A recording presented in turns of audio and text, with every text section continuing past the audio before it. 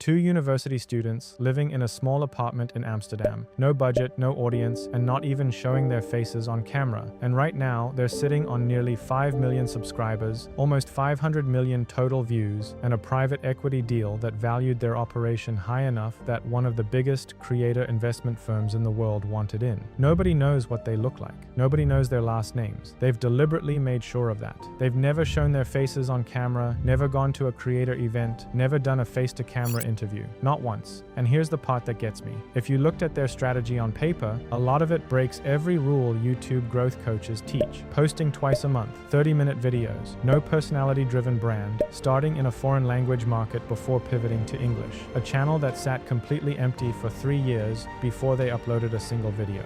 None of that should work, but it does. And the reason it works is something I want to walk you through today because it connects directly to what I teach about YouTube growth, and seeing it applied at this level is one of the best real-world examples I've come across. This is the story of Fern and how they quietly changed what a YouTube documentary channel can be. Before Fern existed, there were two guys named Jonas and David. That's all we know about them publicly. They've kept their last names and their faces off the internet on purpose. And we'll get to why that's actually a genius brand decision later. In April 2015, they were students in Amsterdam, and they launched a German-language YouTube channel called Simplicissimus, named after a famous German satirical magazine from the early 20th century. Now here's what makes this interesting. The German-speaking YouTube space in 2015 was almost entirely vloggers, gaming channels, and entertainment personalities. Nobody was doing research-heavy analytical content with real production value. Jonas and David spotted that gap and decided to fill it. Their early videos weren't perfect,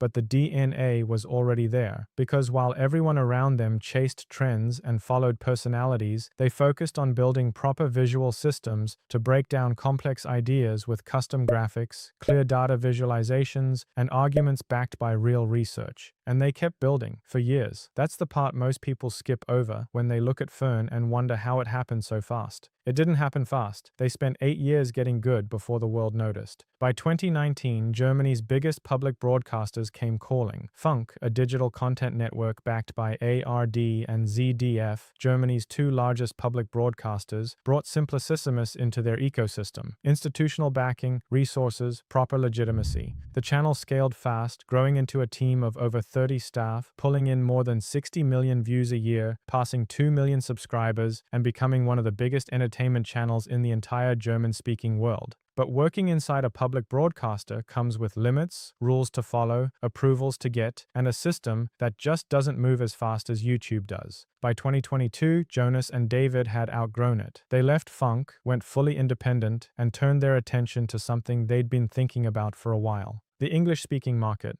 And it was pretty clear, the English YouTube audience is way bigger than the German one. It pays more too, so if they made the same kind of videos in English, they could earn a lot more without doing extra work. So they gave it a shot. Back in 2019, while they were still under Funk, they quietly launched an English-language channel called Ricey, their first attempt at cracking the international market. It uploaded 6 videos, got no meaningful traction, and got quietly shelved. Now I want to stop here because this is the moment most creators would either give up or pivot into something completely different. But Jonas and David treated that failure the same way I tell my clients to treat failure, as data. That failure taught them something specific. You can't just translate German scripts and add an English voiceover. The international YouTube audience had different expectations, different cultural reference points. Channels like Wendover Productions and Real Engineering had already set the standard. Whatever came next had to be built from scratch, specifically for a global audience. They also knew they needed a creative partner who already understood that market. That partner was already out there building something. His name is Hugo, a Dutch creator who launched his personal channel in June 2021, making video essays about European issues, urban planning, infrastructure policy, housing crises, topics most English-language channels wouldn't touch because they seemed too niche, too wonky, too European.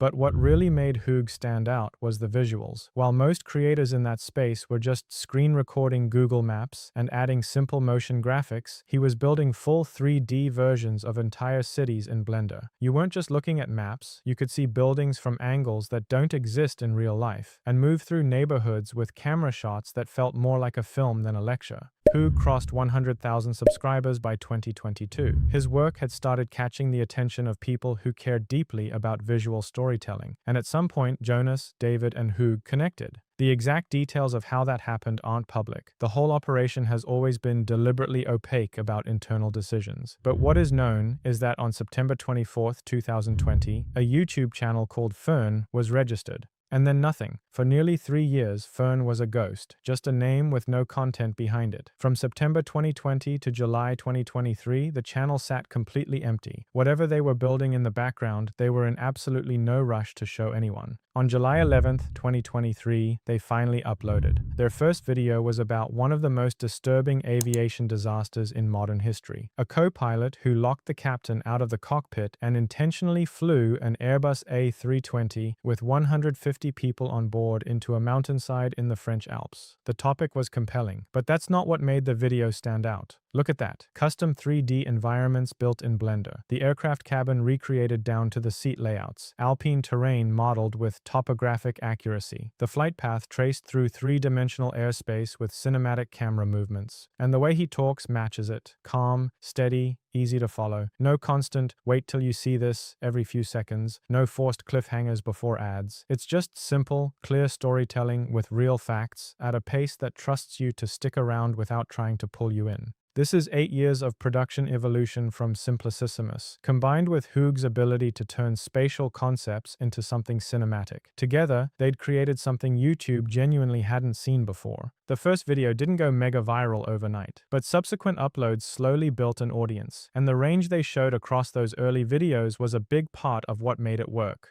Why McDonald's is better in Europe, how Coca-Cola is killing Mexico, a 2-part deep dive into a medical scam, an analysis of how the Netherlands functions as one giant interconnected city. Each video proved Fern wasn't locked into one lane, and because the audience never knew what was coming next, they stayed subscribed out of genuine curiosity, not habit. Within 9 months of that first upload, Fern hit 1 million subscribers. 1 million by April 2024, 2 million by October 2024, 3 million by March 2025, 4 million by October 2025. All of it with no face on camera, no collabs for exposure, no giveaways, no growth hacks. But here's what actually tipped everything. Every channel has a moment where the trajectory shifts, where the slow build stops being slow and the numbers start moving in a way that doesn't make sense anymore. For Fern, that moment was a video called Mapping the Trump Shooting. In July 2024, someone attempted to assassinate Donald Trump at a rally in Butler, Pennsylvania. The entire internet was already screaming about it. Every news outlet, every creator, and every hot take account was racing to be first. Fern did the opposite. They took a chaotic, heavily politicized, emotionally charged event and stripped away every piece of opinion, commentary, and partisan framing. What they replaced it with was a 3-dimensional spatial reconstruction, sightline analysis, bullet trajectory mapping, meticulous factual documentation that let viewers understand the physical reality of what happened from angles no news broadcast could provide. That video crossed 20 million views, their biggest upload by a massive margin. And when you look at why it worked, it's pretty simple. About 20 million people watched it because, honestly, nothing else online explained that moment that clearly. Not because they were first, not because of some big personality, just because the video was better than everything else out there. And that's basically how Fern works. Most channels rush out news as fast as possible, sometimes within hours. Fern does the opposite. They take their time, sometimes weeks, doing research, building 3D scenes, animating everything, and polishing the edit. By the time it comes out, it's so good that being late doesn't even matter anymore.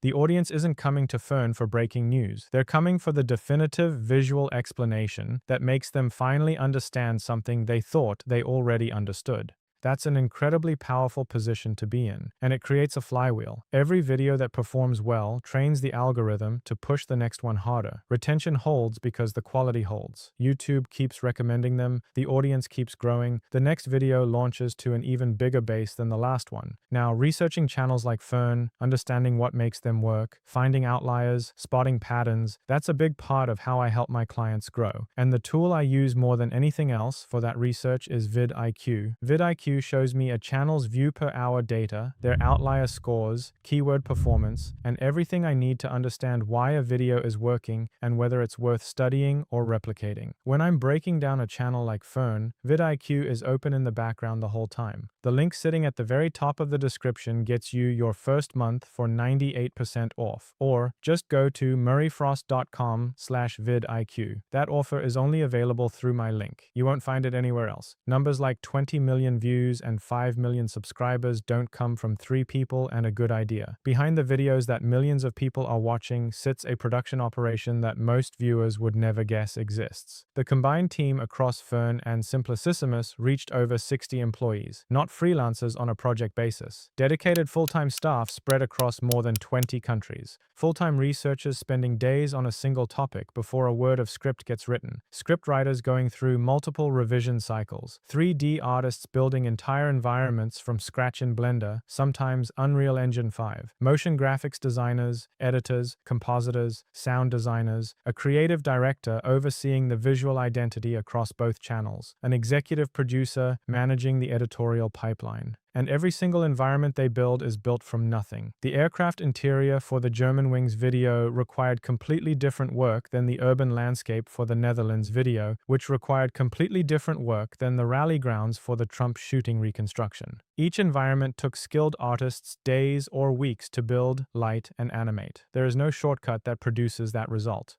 But here's the smartest part of the whole operation, and it's something most viewers would never even notice. The dual language pipeline. Some videos appear on both Fern and Simplicissimus using the same underlying visual assets, but with different narration and cultural framing for each audience. So if they've already spent weeks building a detailed 3D reconstruction for the German audience, translating the script and recording a new English voiceover costs a fraction of what starting from scratch would. That efficiency is how Fern maintains its visual standard while still uploading with reasonable consistency. And it's not something most single-language channels can replicate. Fern has a structural advantage built into its DNA that competitors can't copy without building the same kind of bilingual infrastructure from scratch. So, what does all of this actually mean for you? Because I've been watching creators react to Fern, and the response is almost always one of two things. Either, I could never do that, the production cost is insane, or, I need to start making 30-minute 3D documentaries. Both of those responses miss the point entirely. Here's what Fern actually did, stripped back to the principles. They identified a gap. In 2015, the German YouTube space had no research-heavy analytical content with real production value. They didn't try to be unique for the sake of it. They found a pattern that was working in other markets, applied it to an underserved one, and executed it better than anyone around them. That's the idea method working at a foundational level.